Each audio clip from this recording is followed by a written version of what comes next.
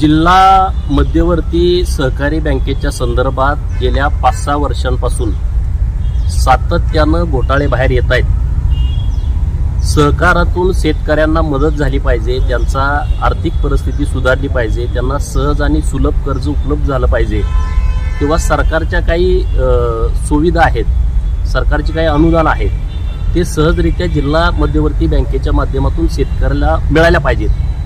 परंतु सांगली जिल्हा बँक आहे, या बँकेच्या माध्यमातून अनेक घोटाळे सातत्यानं उघड होत आहेत। मी स्वतः विधान परिषदेमध्ये या बाबतीमध्ये तारांकित प्रश्न उपस्थित केला होता।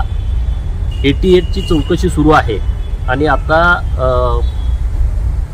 19/4/2024 पत्र आहे सहकार आयुक्तांचं आणि डॉक्टर प्रिया दळणर यांची नेमणूक केलेली आहे की जवळपास 50 कोटी रुपये जो काही फ्रॉड झालेला आहे चुकीच्या पद्धतीनं त्याची जबाबदारी निश्चित करणं आणि त्यांच्यावरती कारवाई करणं। आता तर शाखांच्या मधून मोठा भ्रष्टाचार झाल्याचं उघड झालेलं आहे। फक्त 6 शाखांची माहिती समोर आलेली आहे।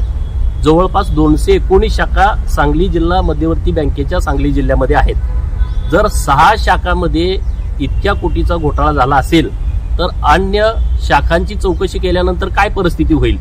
आणि म्हणून आपल्या माध्यमातून मी सहकार आयुक्त असतील, सहकार मंत्री असतील यांच्याकडे अशी मागणी करतोय की आता जो घोटाळा झाला आहे त्याची चौकशी तुम्ही जिल्हा बँकेच्या अधिकाऱ्यांच्याकडून करताय। अरे हे कुंपणच शेत खाते, वरिष्ठ पदाधिकारी, बँकेचे चेअरमन, व्हाईस चेअरमन, संचालक हे घोटाळा करतायत आणि त्यांच्या पावलावरती पाऊल ठेवून आता अधिकारी घोटाळा करायला लागलेले आहेत, कर्मचारी घोटाळा करायला लागलेले आहेत आणि मग तुम्ही त्यांच्याकडून त्यांची चौकशी करण्यात काही उपयोग नाही।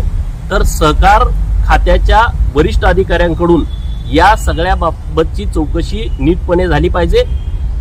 सांगली जिल्हा मध्यवर्ती बँकेचं संचालक हे पूर्णपणे कायद्याचा गैरवापर करून चुकीच्या पद्धतीनं कर्ज वाटप असतील किंवा आणखी काही भानगडी असतील तर ते सगळे करतायत। तर हे संचालक मंडळ बरखास्त करावं आणि प्रशासक या बँकेवरती यावा अशी मागणी मी माननीय सहकार मंत्री महोदयांच्याकडे करतोय। खरं तर त्यांनी हा विषय अत्यंत गंभीरपणे घ्यायला पाहिजे, नाहीतर कुठल्या नेत्याच्या नेतृत्वाखाली बँक आहे मग ते काय म्हणतील असल्या कुठल्याही भानगडीत न पडता त्यांनी तात्काळ या विषयाकडे गांभीर्यानं लक्ष दिलं पाहिजे। माननीय जिल्हाधिकारी सांगली यांची जबाबदारी खरं यामध्ये आहे, कारण हे सरकारी अनुदान आहे जे दुष्काळीग्रस्त शेतकऱ्यांना मिळतं, जे अवकाळीचं अनुदान मिळतंय, विम्याचं अनुदान मिळतंय, तर हा सरकारी पैसा आहे आणि तो बँकेमध्ये होता। एक तर तो शेतकऱ्याला मिळाला पाहिजे होता, जर शेतकरी तिथं आले नसतील तर तो सरकारकडे परत जायला पाहिजे होता। परंतु वर्षानुवर्षे हे पैसे त्या खात्यावरती पडून राहत आहेत आणि त्याच्याकडे जर प्रशासनाचं दुर्लक्ष असेल तर ही गंभीर बाब आहे। माननीय जिल्हाधिकारी यांनाही माझी विनंती आहे की आपण सुद्धा आपल्या अधिकारामध्ये या सगळ्या विषयाची चौकशी करून कारवाई करण्याच्या संदर्भामध्ये तुम्ही वरिष्ठांशी बोललं पाहिजे, ही मागणी माझी माननीय जिल्हाधिकारी महोदयांच्याकडे आहे। घोटाळा होण्याचं कारण काय आहे?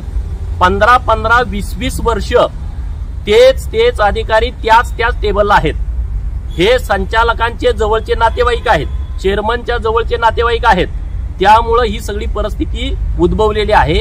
ज्या अधिकाऱ्यांना, ज्या कर्मचाऱ्यांना 3 वर्ष पूर्ण झालेले आहेत त्या सर्वांच्या सरसकट बदल्या झाल्या पाहिजेत आणि त्या तात्काळ जिल्हा बँकेच्या माध्यमातून कराव्यात अशी मागणी आपल्या माध्यमातून मी करतो।